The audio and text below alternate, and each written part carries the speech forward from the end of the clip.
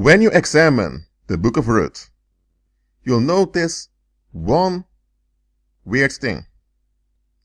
You have this woman called Naomi who wanted to be called Mara because in her perception, the Most High did her dirty.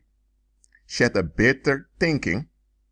And as I mentioned before, in videos I made years ago, bitter thinking enables the spirit of bitterness. And with the spirit of bitterness, you have invidia spirits. Those are spirits of envy, spirits of jealousy. So bitter thinking is quite wrong. It's quite dangerous. She developed a bitter perception.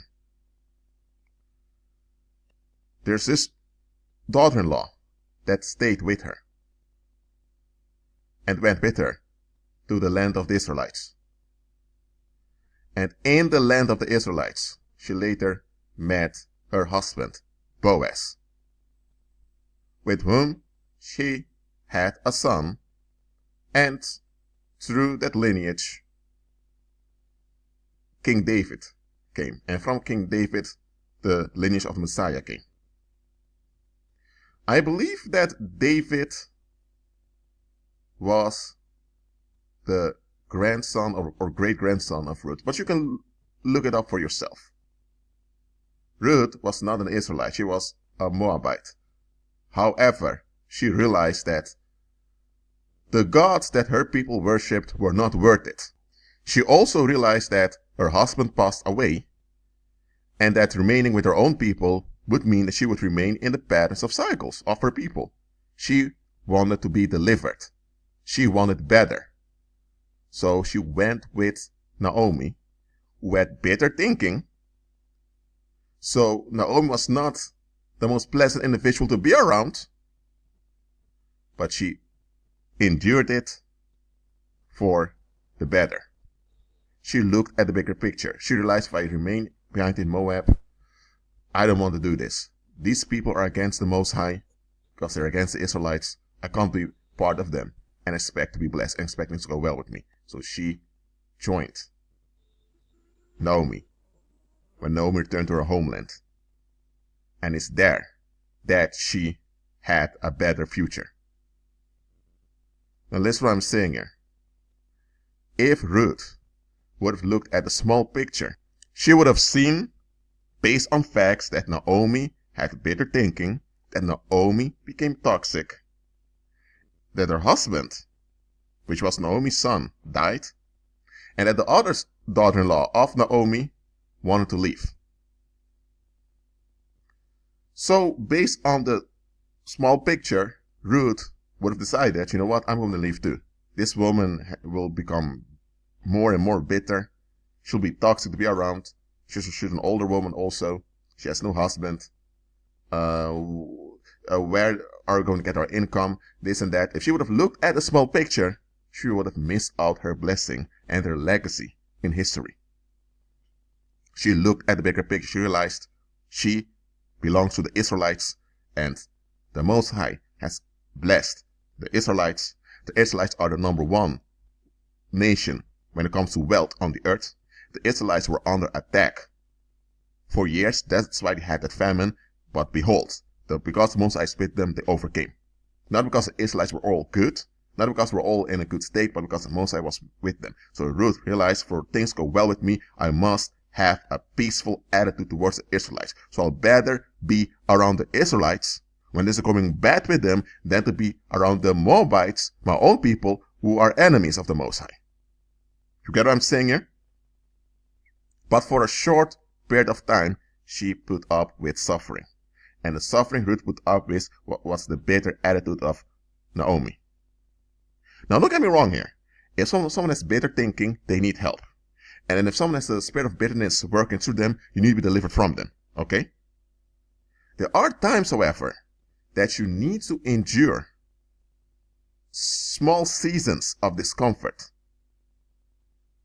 for you to walk in the manifestation of your blessing. If Ruth would have backed off, if Ruth would have sought relief, she would have been relieved, but she would remain in bondage, the bondage of the Moabites, because she endured a short period of suffering, she ended up with Boaz. She didn't have to work anymore because Boaz was rich. Boaz was influential. If she would have left Naomi, she would have ended up in Moab as a peasant, a poor peasant, or she would have married some local guy who was a pagan, or she may have ended up in prostitution. I don't know. It would have been good for her in the long term. Be inspired by Ruth's attitude, and Ruth was not even an Israelite, she was a Moabite. Ruth looked at the bigger picture. Now, understand what I'm saying here. There are times you will have to endure short seasons of discomfort, because those short seasons of discomfort are milestones that lead you to your manifestation. I don't know what the short season of discomfort is to you. Maybe it's a financial situation. Maybe it's some psych attack you're enduring now. Maybe it's a relative that's toxic, that's narcissistic. No, look, I'm not telling you to embrace the short season of suffering. I'm not telling you to embrace dysfunction. Ruth, this was in the Old Testament, remained with Naomi based because she looked at bigger picture. She wanted to serve Naomi's God. Okay? But was Ruth wise by pledging to remain with Naomi no matter what? No. Because Naomi had bitter thinking, she became toxic, and she wasn't healthy to be around. She wasn't. So I'm not telling you to do everything that Ruth did. No. You know far better than Ruth. What you know is that there will be tribulation, there will be persecution, there will be affliction. You just have to arm yourself with the knowledge of God to align yourself with Christ, so you will walk in the power of the Holy Spirit, and in the power of the Holy Spirit you overcome and overrule all the evil, and all tribulation will come against you. That's how you do. You don't just endlessly tolerate bad stuff at the expense of your own health, because that would also imply that you're enabling evil. You're not doing that, but you're also not going to fist fights with the enemy, because you'll get dirty when you do that, and that's what the enemy wants, for you to become dirty like he's dirty. What you do is you examine the situation in a Christ-centered manner, and you anticipate all the affliction and tribulation that will come against you. Because they will come. They will come. And here's the thing. Ruth learned from Naomi's mistake.